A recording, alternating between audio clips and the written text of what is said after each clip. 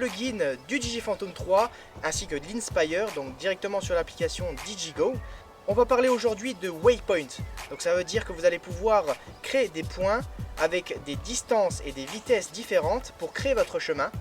Et ensuite, une fois activé, votre drone va tout simplement faire le chemin tout seul. Voici quelques règles de base à respecter.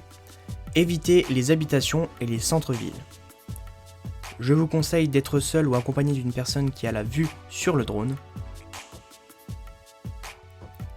Préférez les endroits comme la campagne, donc les grands champs, etc. Il y a entre le point A et le point Z 500 mètres, on ne peut pas aller plus loin. Entre un point A et un point B, on peut aller jusqu'à maximum 50 mètres. On a 99 points possibles, au-delà on ne peut pas, et enfin il faut un GPS très fort. Passons maintenant au graphique. Donc par exemple vous avez votre sujet principal ou votre paysage principal, vous allez donc pouvoir faire le trajet, vous êtes obligé de le faire, mettre vos points avec la direction de la caméra, l'orientation, etc. Et une fois fait, vous appuyez sur lancer, sur down, et le drone va se mettre tout seul à tourner autour de ces points jusqu'à quand vous lui demandez de s'arrêter. Avant toute chose, vérifiez le statut de l'appareil, donc il n'y ait pas de mise à jour à effectuer ou autre. Ensuite, appuyez sur PGPS, vous allez dans les réglages et mettre mode de vue multiple. Ensuite de ça, réglez l'attitude de retour au point home à 120.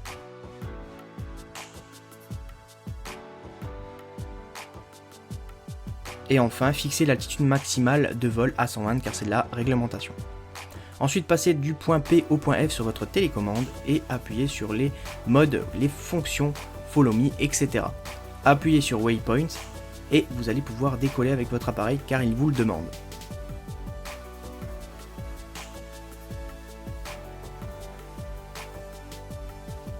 On clique sur Waypoint, on va cliquer sur Nouvelle mission et enfin, comme vous pouvez le constater, on a sur le côté droite les waypoints, la totale distance effectuée, donc on a 500 mètres maximum.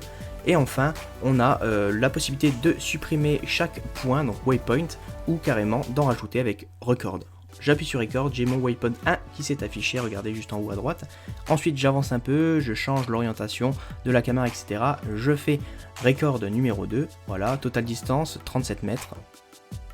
Vous avez également la possibilité de mettre un record avec le bouton C1, donc c'est celui qui est en dessous de votre manette.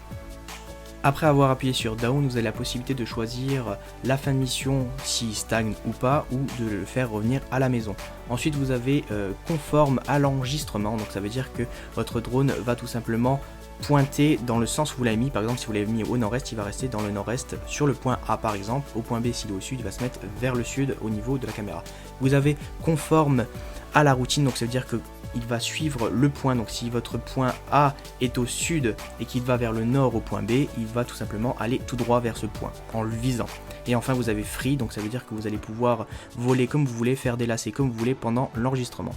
Voilà, une fois activé, vous allez arriver à ce genre de choses. Vous avez la possibilité de régler le haut et le bas de la nacelle, donc pour filmer un peu plus haut, un peu plus bas, recadrer son image. Vous avez la possibilité de mettre pause à l'enregistrement, d'appuyer sur hide pour revenir à l'endroit où vous allez pouvoir activer la photo ou la vidéo.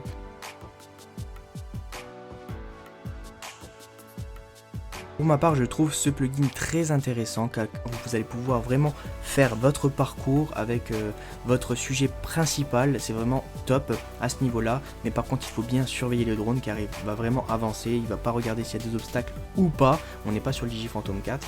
Et enfin, vous avez la possibilité d'enregistrer dans vos favoris, comme vous pouvez le voir à l'écran, le plan de parcours que vous lui avez donné. Ensuite, dès qu'il est enregistré, vous pouvez quitter ce mode par exemple.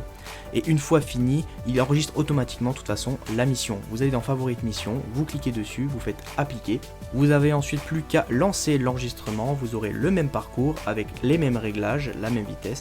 Et enfin, une fois fini, vous n'avez plus qu'à passer en mode P sur votre télécommande, ratterrir pour mettre en sécurité. Voilà, j'espère que cette vidéo vous aura plu avec moi.